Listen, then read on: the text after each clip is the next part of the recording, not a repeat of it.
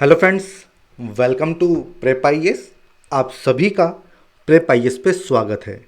Friends, इस series में हम लोग daily answer writing sessions conduct कर रहे हैं एंड सिस्टम कुछ इस तरह से है कि Monday to Saturday daily 11 AM पे हम लोग 2 क्वेश्चंस पोस्ट करते हैं।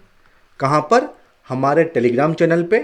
और ये क्वेश्चन GS 1, 2, 3 एंड 4 से बिलोंग करते हैं। हम उम्मीद करते हैं, हम एक्सपेक्ट करते हैं कि आप लोग इन दोनों ही क्वेश्चंस को अटेम्प्ट करेंगे, जिसके बाद नाइट में इन पे डिस्कशन हम लोग करते हैं। अब देखिए, ये जो क्वेश्चंस आप अटेम्प्ट कर रहे हैं, इनको पीयर इवेल्युएशन के लिए आप हमारे Telegram channel prep IAS peer evaluation, तो यहाँ पे आप अपने आंसर्स को सबमिट कर सकते हैं। किस लिए? पीयर इवेल्युएशन के लिए। अब देखिए, अगर अभी तक आपने हमारे चैनल को सब्सक्राइब नहीं किया है तो प्लीज़ उसे सब्सक्राइब करें, शेयर करें, फॉरवर्ड करें। और अगर आपको हमारे वीडियोस पसंद आते हैं तो इन्हें लाइक करना न भूलें। और देखिए, ये जितने भी लिंक हैं ये आपको इस वीडियो के डिस्क्रिप्शन बॉक्स में मिल जाएंगे। अब देखिए, इस सेशन को स्टार्ट करने से पहले आप लोगों के लिए एक इम्पॉर्टेंट अनाउंसमेंट है, वो ये कि प्रेप आईएएस 2 नए पेड कोर्सेज लॉन्च कर रहा है। Live answer writing course, live ऐसे राइटिंग कोर्स। इसमें हम आपकी आंसर राइटिंग एंड ऐसे राइटिंग प्रैक्टिस करवाएंगे। सबसे खास बात यह है कि इनमें जो सेशंस होंगे वो लाइव सेशंस होंगे। रियल एग्जाम लाइक सिचुएशन में आपको आंसर्स की प्रैक्टिस करनी होगी, ऐसे की प्रैक्टिस करनी होगी। डिटेल डिस्कशंस होंगे, डाउट क्लियरिंग सेशंस होंगे, प्रॉपर फीडबैक मिलेगी, डिटेल कॉपी इवैल्यूएशन होगा। ठीक है, तो ये दोनों कोर्सेज हम लोग लॉन्च कर रहे हैं। और अगर आप इन दोनों कोर्सेज के बारे में और ज़्यादा जानना चाहते हैं या आपको इंटरेस्ट है इनको ज्वाइन करने में, तो इस वीडियो के डिस्क्रिप्शन में आपको लिंक मिल जाएंगे, आप वहाँ पे एक बार रेफ़र कर सकते हैं। ठीक है, अगर आप दोनों कोर्सेज ज्वाइन करते हैं तो फिर इसमें आपको डिस्काउंट भी मिलेगा। ठीक है, तो चलिए अब हम आते हैं हमारे आज के सेशन पे। और हमने जो आज 2 क्वेश्चन लिए हैं, वो एक क्वेश्चन हमने लिया है हिस्ट्री से और दूसरा क्वेश्चन हमने लिया है ज्योग्राफी से। ठीक है, तो 1 बाय 1 दोनों को डिस्कस करेंगे।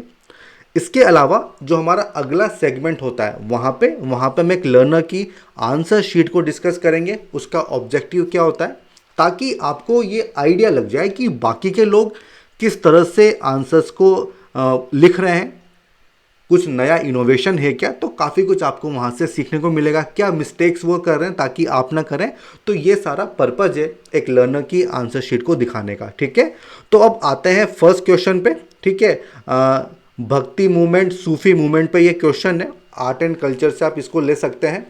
What do you understand by Sufism and Sufi सिलसिला? ठीक है, highlighting different Sufi orders in India, explain the influence of Chishti सिलसिला on the social and political life in India। ठीक है, ये 15 मार्कर है, 250 वर्ड्स में आपको इसको अटेम्प्ट करना है। देखिए 15 मार्कर है तो यहाँ पे आपको 3 वन साइडेड पेजेस मिलते हैं, तो इतना आपको यहाँ पे एक्सप्लेन करना है।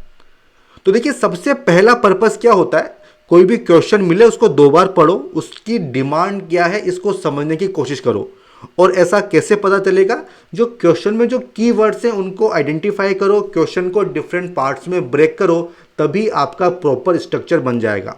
देखिए, सबसे पहले पूछा है कि सूफीज़म क्या होता है, तो ये आपको बताना होगा। फिर पूछा है कि सूफी सिलसिला क्या होता है, ये भी आपको एक्सप्लेन करना होगा। ठीक है, तो 2 पार्ट तो यहीं पे समझ में आ गए। इसके बाद पूछा है कि डिफरेंट सूफी ऑर्डर्स को हाईलाइट करना है। देखो, एक्सप्लेन नहीं करना है, ठीक है, केवल उनका नाम आपको मेंशन करना है। तो डिफरेंट सूफी ऑर्डर्स कौन कौन से हैं ये बता दो। इसके बाद एक्सप्लेन, क्या एक्सप्लेन करना है, चिश्ती सिलसिला, क्योंकि डिफरेंट सूफी ऑर्डर्स पूछे गए, उसमें से एक कौन सा है, चिश्ती सिलसिला। अब इसको आपको डिटेल में एक्सप्लेन करना है चिश्ती सिलसिला को, और साथ में ये भी बताना है कि सोशल एंड पॉलिटिकल लाइफ में इसका क्या इन्फ्लुएंस था। समझ में आ गया, तो इसके क्या डिफरेंट पार्ट्स हो जाएंगे। सबसे पहले आप इंट्रोड्यूस करिए, और देखिए हमसे पूछा गया है कि सूफीज़म क्या होता है, तो यहाँ पे एक्सप्लेन कर दो कि सूफीज़म क्या होता है। ठीक है, उसके बाद क्या पूछा गया है कि सूफी सिलसिला क्या होता है, ये बता दो। देन डिफरेंट सूफी ऑर्डर्स कौन से हैं वो बता दो। इसके बाद पूछा गया है चिश्ती सिलसिला। तो देखिए डायरेक्ट आपको नहीं लिखना है कि सोशल पॉलिटिकल क्या इन्फ्लुएंस है, ठीक है। पहले बताओ कि चिश्ती सिलसिला क्या है, थोड़ा उसका बैकग्राउंड बताना होगा, किसने उसको इस्टेब्लिश किया था, कब किया था, तो ये आपको यहाँ पे बताना होगा।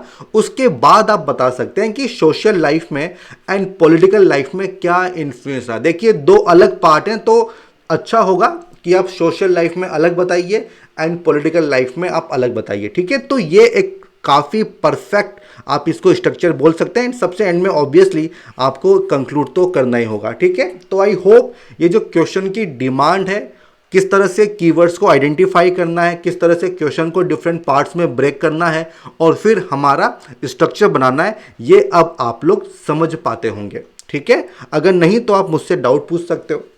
अब देखिए हम क्या करेंगे, वन बाय वन इनको देख लेते हैं कि इसमें क्या कंटेंट होना चाहिए। तो देखिए बात क्या आ रही है, बात आ रही है सूफीज़म की। इसको डिफाइन कर दो। देखिए हमने भक्ति मूवमेंट अब हमने काफ़ी डिटेल में कवर किया, हमने सूफीज़म भी डिटेल में कवर किया। कहाँ पे, जब हमने क्रैश कोर्स करवाया था, ठीक है। तो जिस तरह से भक्ति मूवमेंट था, इंटेंस लव फॉर गॉड, तो वो हमें हिंदुइज्म में देखने को मिलता है, तो सूफीज़म भी हमें इस्लाम में देखने को मिलता है। उसमें भी क्या था, इंटेंस लव फॉर गॉड हमें देखने को मिलता है, ठीक है। तो ये होता है सूफीज़म। दरअसल हुआ क्या था कि जो कैलिफेट था उसमें बहुत ज़्यादा मटेरियलिज्म की ग्रोथ हो रही थी, ठीक है। तो उसको काउंटर करने के लिए एक मूवमेंट चलता है, उसका क्या नाम था, सूफीज़म, ठीक है। तो काउंटर करने के लिए एक मूवमेंट चलता है, ठीक है। उस मूवमेंट का क्या नाम था, सूफीज़म, ठीक है। तो ये चीज़ आपको यहाँ पे लिखनी होगी।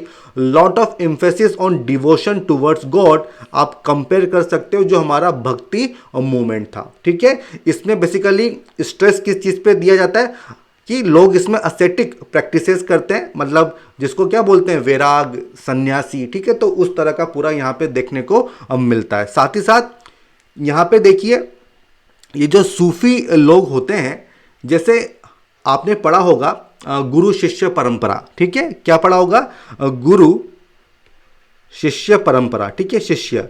तो वैसे ही आपको यहाँ पे मिलता है पीर मुर्शीद, ठीक है, पीर मुर्शीद, ठीक है। इनका ऐसा मानना होता है कि जो नॉलेज है वो आपको प्रॉपर नॉलेज कहाँ से मिलेगी, जो आपका टीचर है उससे मिलेगी, ठीक है। आप एक्सक्लूसिवली जो रिलीजियस बुक्स हैं उन पे डिपेंडेंट नहीं हो सकते हैं, ठीक है। इनका अल्टीमेट गोल होता है यूनियन विद गॉड, और ये आपने भक्ति मूवमेंट में भी पढ़ा होगा, ठीक है। समझ में आ गया, बड़े आगे। तो ये सारी बातें आपको यहाँ पे लिखनी होगी। सर्विस टू ह्यूमैनिटी, ठीक है, service to humanity equal to service to God, ठीक है। ये सारी बातें आपको लिखनी होगी कि मानवता की सेवा कर दो, इसका मतलब क्या है कि ईश्वर की सेवा हो गई, ठीक है। तो ये सब पॉइंट आपको यहाँ पे मेंशन करने होंगे। इसके बाद आप बता दो कि सूफी सिलसिला क्या होता है। देखो सिलसिला मतलब क्या होता है, चेन, ठीक है, एक तरह की चेन होती है। देखिए मैंने आपको बताया था कि पीर मुर्शीद की एक ट्रेडिशन होती है, इसमें पीर मुर्शीद, ठीक है। तो इस तरह से वन बाय वन जो प्रैक्टिसेस होती हैं, जो ट्रेडिशंस होती हैं, वो एक पीर से दूसरे मुर्शीद में ट्रांसमिट होती है और ये चेन चलती जाती है। ये चेन जो है वो चलती जाती है। इसी चेन को बोलते हैं क्या, सिलसिला। इसी चेन को क्या बोलते हैं, सिलसिला, ठीक है। अब देखिए जो आपने शुरुआत की थी सूफीज़म की, तो वहाँ पे आप ये भी लिख सकते हो कि इंडिया में कब आता है, ठीक है, 10th 11th सेंचुरी में आता है एंड 12th सेंचुरी में जो है टोटल 12 ऑर्डर्स या सिलसिला जो हैं वो देखने को मिलते हैं। और ये क्या होता है, ये ऑलरेडी मैंने आपको बता दिया है, ठीक है। मास्टर से जो डिसिपल है उसमें प्रैक्टिसेस ट्रांसमिट होती है और इस तरह से पूरी चेन बनती है which finally links up with prophet Mohammad, ठीक है। आई होप ये चीज़ समझ में आ गई होगी, ठीक है। इसको बोलते हैं सिलसिला। अब क्या पूछा गया है, अब ये पूछा गया कि डिफरेंट सूफी ऑर्डर्स कौन से हैं। अब देखो इसको आप कैसे लिखोगे, आप यहाँ पे लिखो, हेडिंग डालो और उसके बाद आप यहाँ पे एरो डायग्राम बना दो, ठीक है। कि भाई ये डिफरेंट सूफी ऑर्डर्स हैं, और अगर आपके पास नॉलेज है तो आप इनके जो फाउंडर हैं वो भी आप ब्रैकेट में लिख सकते हो, ठीक है। तो और अच्छा आपका आंसर हो जाएगा। चिश्ती सिलसिला, सुहरवाड़ी, कादरिया, नक्शबंदी, सतारी एंड कुब्रविया। ठीक है, तो इस तरह से जो सूफी ऑर्डर्स हैं ये आपको मिल जाएंगे। ये पूरी इन्फॉर्मेशन कहाँ पे मिलेगी आपको, आप नितिन सिंघानिया में देख लीजिए, वहाँ पे ये पूरी जो मैंने आपको इन्फॉर्मेशन दी है ये आपको वहाँ पे मिल जाएगी। ठीक है, समझ में आ गया, बड़े आगे चलिए। अब पूछा गया चिश्ती सिलसिला। देखिए इनके फाउंडर कौन थे, ख्वाजा मोइनुद्दीन चिश्ती, जिनकी दरगाह कहाँ पर है, अजमेर में है। तो उनके बारे में आपको एक्सप्लेन करना होगा। ईरान से ये आते हैं, ठीक है, ईरान से ये आते हैं, became the most influential group.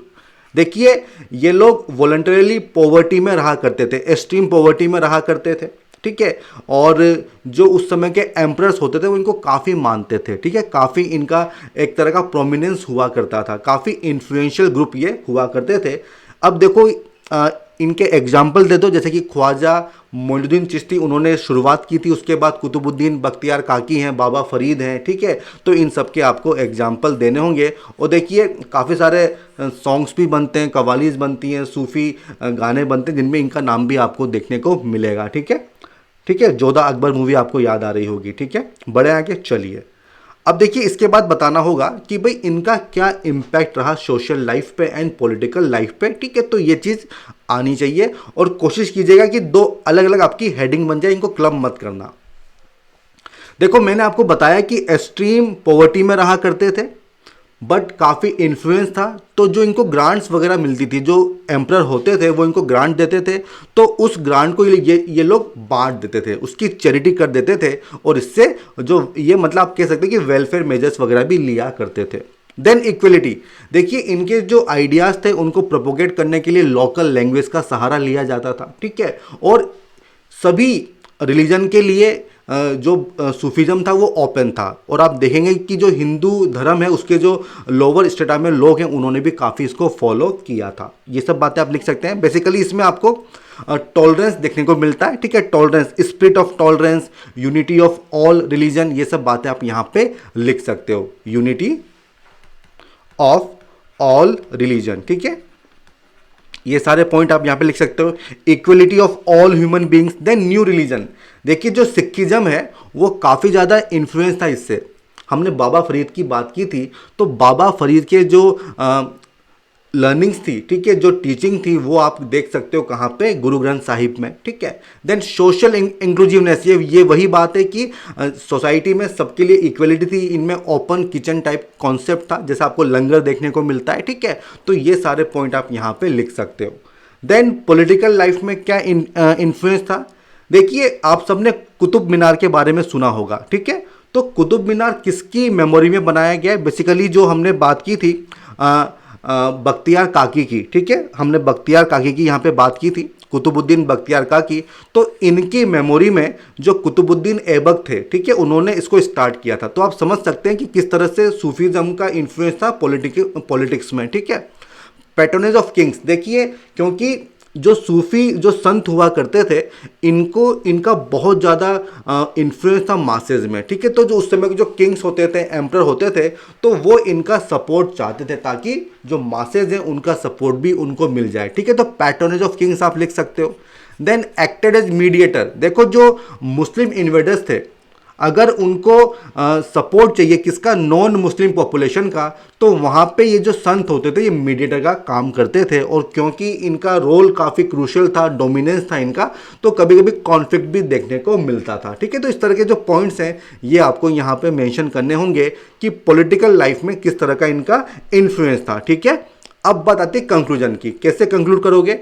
देखो आप इनको प्रेजेंट कॉन्टेक्स्ट में यूज कर सकते हो कि किस तरह से इनका जो कॉन्सेप्ट है, जो फिलोसॉफी है, वो प्रेजेंट कॉन्टेक्स्ट में हमारे लिए फायदेमंद हो सकता है। जैसे कि यूनिटी ऑफ ऑल रिलीजन की बात करते हैं, टॉलरेंस की बात कर सकते हैं, ठीक है, ह्यूमैनिटी की बात करते हैं। ठीक है, तो ये सारे पॉइंट आप यहाँ पर लिख सकते हो कि किस तरह से सूफीज़म जो है वो प्रेजेंट कॉन्टेक्स्ट में हमारे लिए बेनिफिशियल हो सकता है। देन आप इनकी सेक्युलर नेचर की भी बात कर सकते हो। बेसिकली ये इस तरह से डिफरेंट वेज हैं जहाँ पे जाके आप इसको कंक्लूड कर सकते हो। ठीक है, तो ये फर्स्ट क्वेश्चन तो हमारा यहाँ पे कंप्लीट होता है। अगर आपका कोई डाउट है, कोई इशू है, तो आप कमेंट सेक्शन में लिख के मुझसे पूछ सकते हैं, मैं डेफिनेटली सबका रिप्लाई करूंगा। ठीक है, फर्स्ट क्वेश्चन हो गया।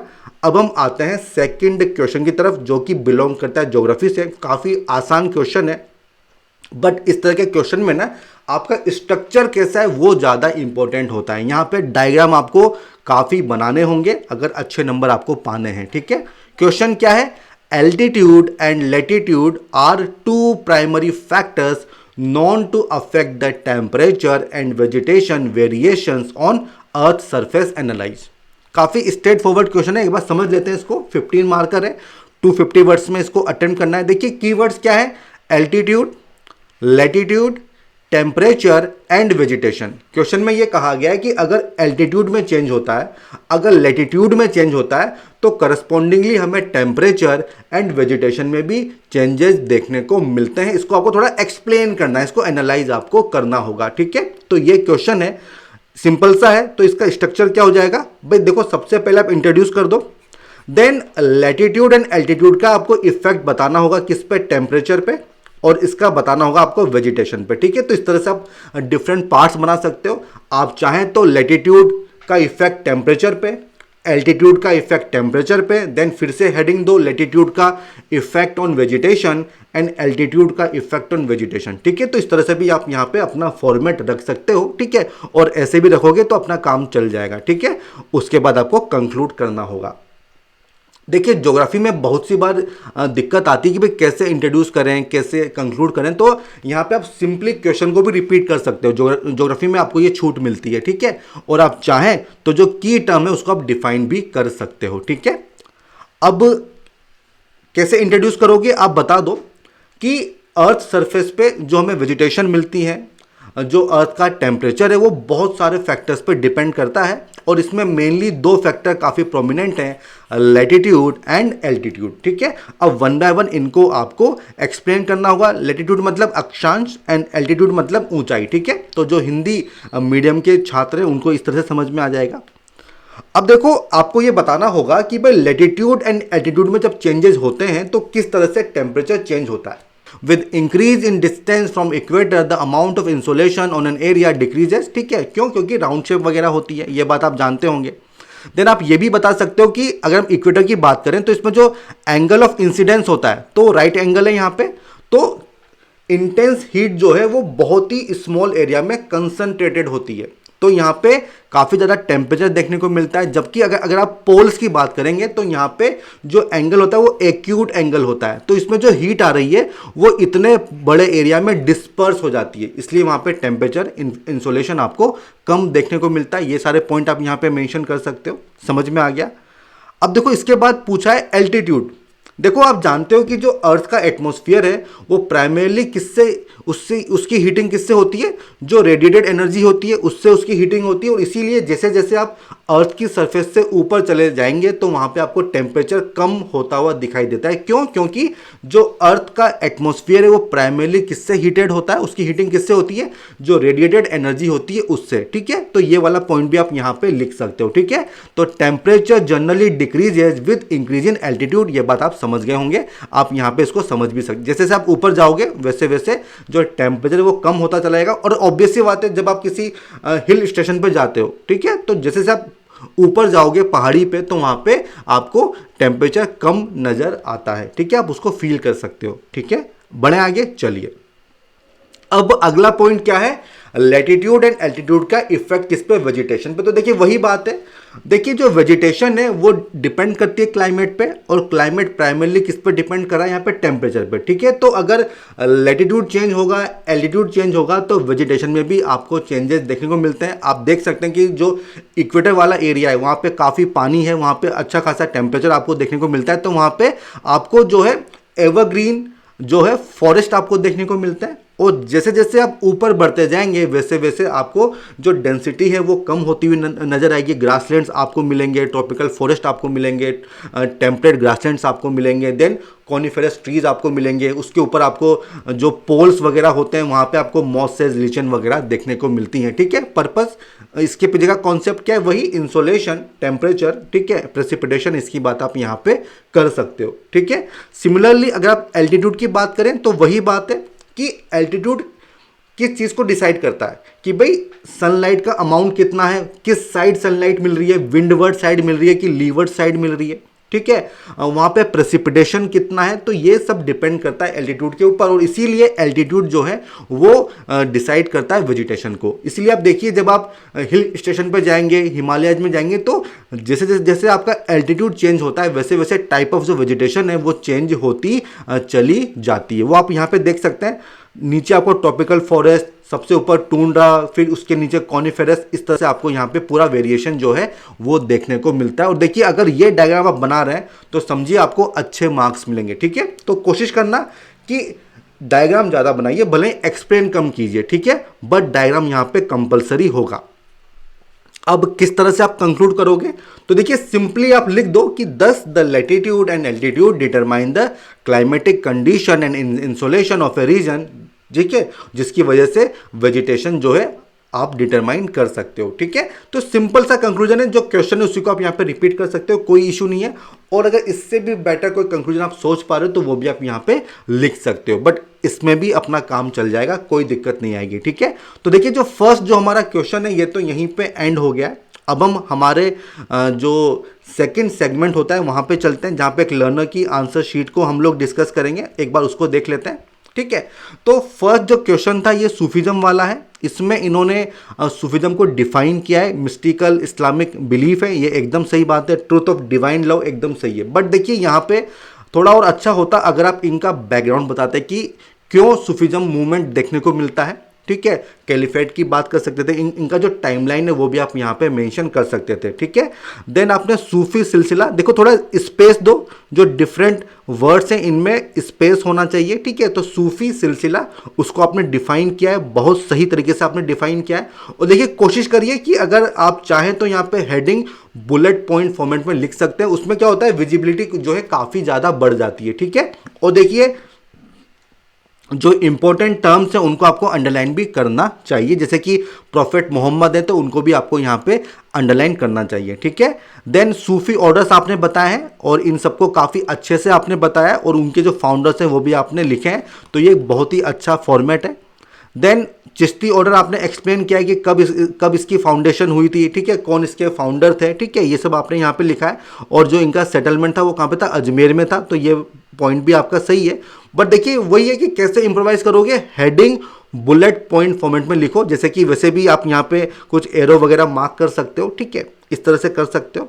देन आपने इन्फ्लुएंस बताया। अब देखो आपने क्या किया, आपने एक साथ ही चीज़ों को क्लब कर दिया, जबकि सोशल आपको अलग बताना चाहिए था एंड पॉलिटिकल आपको अलग बताना चाहिए था। डॉक्ट्रिन ऑफ यूनिटी, इक्वलिटी, ठीक है, रिलीजियस टॉलरेंस, मटेरियल गुड को रिजेक्ट किया। ठीक है, देन सेक्युलर स्टेट की बात आप यहाँ पे बोल रहे हैं। ठीक है, तो बेसिकली आपको इसको डिवाइड करना चाहिए था सोशल में एंड पॉलिटिकल में। आप पैटर्निस की बात कर सकते थे, आप कुछ एग्जाम्पल दे सकते थे, आप वेलफेयर मेजर्स की बात कर सकते थे। ठीक है, तो वो सारी चीज़ें, न्यू रिलीजन की बात कर सकते थे, तो वो सब इन्फ्लुएंस आपको बताने थे। बेसिकली ये जो पॉइंट आपने लिखे हैं ये स्पेसिफिक टू चिश्ती नहीं है, ये बेसिकली सूफिज्म के पॉइंट आप यहाँ पे बता रहे हो। ठीक है, तो कंटेंट थोड़ा सा आपको एनरिच करना होगा। देन आपने क्या लिखा है कि create a spirit of tolerance and brought Hinduism Islam nearer to one another, तो ये अच्छा आपका पॉइंट है। आप यहाँ पे बेसिकली वही बात है कि यूनिटी ऑफ ऑल रिलीजन की आप यहाँ पे बात करें, तो थोड़ा स्ट्रक्चर पे ध्यान दो, कंटेंट को थोड़ा सा एनरिच करो, और दो डिफरेंट हेडिंग होती तो और ज़्यादा अच्छा रहता। ठीक है, तो ये मेरी ऑब्जर्वेशन है। अब इसके बाद आता है सेकंड क्वेश्चन। देखिए मैंने आपको पहले भी कहा था कि आपकी ग्रामर में स्पेलिंग में इशू है। ठीक है, और वो चीज़ मुझे यहाँ पर भी दिख रही है।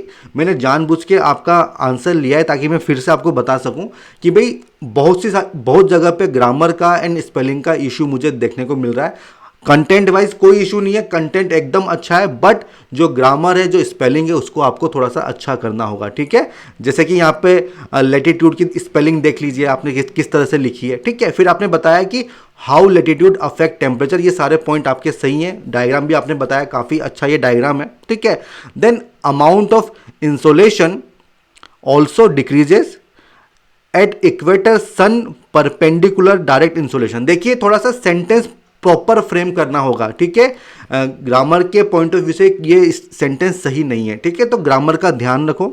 देन आपने बताया लेटीट्यूड किस तरह से अफेक्ट करता है वेजिटेशन को। ठीक है, पहले आपने बताया टेम्परेचर, अब आप बता रहे हो वेजिटेशन, तो पॉइंट्स आपके सही हैं। ठीक है, पॉइंट्स आपके सही हैं, बट देखो जैसे फर्दर की स्पेलिंग एकदम गलत है। ठीक है, तो स्पेलिंग पे ध्यान दो, ग्रामर पे ध्यान दो। फिर आपने बताया है कि एल्टीट्यूड अफेक्ट वेजिटेशन। अब देखो सबसे पहले आपने क्या बताया था, लैटिट्यूड किस तरह से अफेक्ट करता है टेम्परेचर को, फिर बताया वेजिटेशन को, तो वही सीक्वेंस यहां पे चलाते, एल्टीट्यूड किस तरह से अफेक्ट करता है टेम्परेचर को, पहले वो पॉइंट आता तो ज़्यादा अच्छा लगता। ठीक है, तो ऐसा कर लेना। फिर वेजिटेशन को आपने बताया है, तो ये काफ़ी अच्छा आपने प्रेजेंटेशन यहाँ पे किया है, बहुत शानदार चीज़ है ये। देन आपने बताया कि किस तरह से टेम्परेचर पे उसका इफेक्ट होता है। देखिए स्पेलिंग की बहुत सारी मिस्टेक्स हैं, मैंने हर जगह यहाँ पे आपको बताया कि देखो अवेलेबिलिटी स्पेलिंग पूरी गलत है यहाँ पे। ठीक है, तो ऐसी गलती मत करो, क्योंकि कंटेंट आपका बहुत अच्छा है। स्पेलिंग मिस्टेक करोगे, ग्रामर मिस्टेक करोगे तो मार्क्स आपको कम मिलेंगे। ठीक है, अब देखो यहाँ पे आप कोई डायग्राम बना सकते थे कि भाई किस तरह से जो एल्टीट्यूड है वो टेम्परेचर को अफेक्ट करता है। ठीक है, तो ये चीज़ हो गई।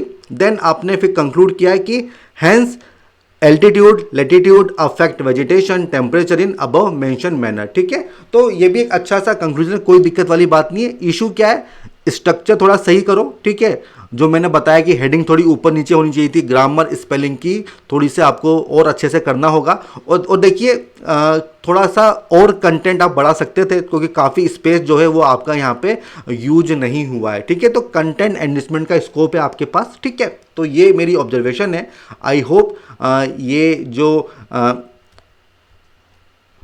आई होप ये जो लेक्चर है ये आपको पसंद आया होगा। ठीक है, अगर आपको अच्छा लगा हो तो इसको लाइक कीजिए, हमारे चैनल को सब्सक्राइब कीजिए, शेयर कीजिए, फॉरवर्ड कीजिए, ताकि जो आपके फ्रेंड्स हैं वो भी हमारे चैनल से जुड़ सकें। अगर आपका कोई इशू है, कोई डाउट है, तो आपको परेशान नहीं होना है। आप कमेंट सेक्शन में अपना डाउट लिख दीजिए, मैं डेफिनेटली उसका रिप्लाई करूंगा। तो ठीक है फ्रेंड्स, हम फिर मिलेंगे, तब तक के लिए all the best, good bye.